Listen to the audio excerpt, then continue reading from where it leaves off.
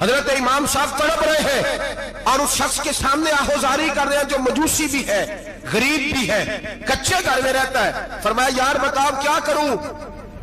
امام صاحب باتیں کر رہے ہیں تو وہ آدمی حیرت میں کھو گیا، کبھی دیوار دیکھتا، کبھی اپنا آپ دیکھتا، کبھی امام صاحب کو دیکھتا، دائیں بائیں دیکھتا، پسینے آنے لگے، پتہ نہیں کیا سوچوں کا مد و جزر چلنے لگا، کہاں بات گئی، کہاں تک اس کی سوچ گئی، کہاں پلٹ کے آئی۔ کہنے لگا امام صاحب میں تو چوک میں رہتا ہوں، روزانہ پتہ نہیں کتنی گاڑیاں مٹی برسا جاتی ہیں، کبھی کوئی نہیں آیا، آپ کو کیا ہوا؟ آپ فرمانے لگا مجھے کسی کا نہیں پتا، مجھے تو میں نے جو قرآن حدیث پڑھا ہے مجھے تو ڈر آ رہا ہے، مجھے بتا تو معافی دیتا ہے کہ نہیں، تیری دیوار صاف ہوگی کہ نہیں؟ کہنے لگا حضور دیوار کو چھوڑے، پہلے کلمہ پڑھائے، میرا دل تو صاف کر دے۔ کہنے لگا اتنا میٹھا دین، اتنا پیارا دین، اتنا خوبصورت دین کہ غریب کی دیوار پر کیچڑ لگ جائے اور آپ کو اتنی تکلیف ہو، میں اس دین سے دور کیوں ہوں؟ یہاں روز یورپ کہتا ہے کہ مسلمان جھوٹی شادیاں کرتے ہیں، دنگا فساد کرتے ہیں، نیشنلٹی لینے کے لیے جھوٹ بولتے ہیں، جانے کس کس قسم کے لوگ پاپڑ بیلتے ہیں، کس طرح اپنا ایمان بیچتے ہیں، کیا انداز ہم اختیار کرتے ہیں۔ ہمارے کردار نے لوگوں کو مذہب اور دین کا باغی بنا دیا۔ ہمارے بزرگوں کا طریقہ یہ تھا کہ چھوٹی چھوٹی باتوں کا خیال کریں، چھوٹی چھوٹی باتوں کا۔ بہت بڑے عالم تھے، یہ ساری نیکیاں تو ان کی سماجی تھی، فلاحی تھی، ان کی معاشرت کی نیکیاں تھی، دنیا داری، لیکن جو ان کا باقی کا معاملہ تھا، چار لوگ ایسے ہیں جو ہمیشہ قرآن پاک ایک رات میں پڑھا کرتے تھے۔ ان میں پہلا نام حضرت عثمان غنی کا ہے، پورا قرآن پاک، دوسرا مولا علی شیر خدا کا ہے، تیسرا حضرت سعید بن جبیر کا ہے، چوتھے امام اعظم ابو حنیفہ ہیں جو ایک رات میں پورا قرآن پاک پڑھ دیا کرتے ہیں۔ جس جگہ امام اعظم کی قبر بنی ہوئی ہے نا، اعظمیہ ایک محلہ ہے بغداد کا، اس کا نام ہی اعظمیہ، امام صاحب کے نام، جہاں قبر بنی ہوئی ہے، وہاں بیٹھ کے امام اعظم ابو حنیفہ نے 60 مرتبہ قرآن پاک ختم کیا، خود پڑھا، خود فرمایا یہاں میں نے دفن ہونا، اس جگہ 60 قرآن پاک پڑھے۔ رمضان کا مہینہ آتا تھا تو امام صاحب ایک قرآن پاک دن میں پڑھتے تھے، ایک رات کو پڑھا کرتے تھے، ایک قرآن پاک سنایا کرتے تھے۔ امام صاحب رحمت اللہ علیہ ساری رات نفل پڑھتے۔ لوگ کہتے ہیں کہ امام صاحب کی رات نماز کے لیے کھڑے ہوتے تو ایک رکعت میں 15 سپارے پڑھتے، تو لوگ کہتے تھے یہ ابو حنیفہ نہیں، یہ تو کسی نے پلر کھڑا کر دیا، یہ تو کوئی ستون ہے، رکوع ہی نہیں کرتا، پورے 15 سپارے۔ یہاں تو ابھی تراویح آئیں گی، لوگ پہلے سے کہنے لگ گئے بڑی گرمیوں کے روزے ہیں، بڑی گرمیوں کے روزے ہیں، اور آ تو لینے دے بھائی، پہنچ تو لینے دے رمضان شریف کو، اللہ بڑا مہربان ہے، ہر چیز کو بدلنے پہ قادر ہے۔ پہلے سے لوگ تیاری کر رہے ہیں، مسجدیں ڈھونڈیں گے جائے ایسی اچھا ہو، قرآن جلدی پڑھا جائے، ڈھونڈ کے۔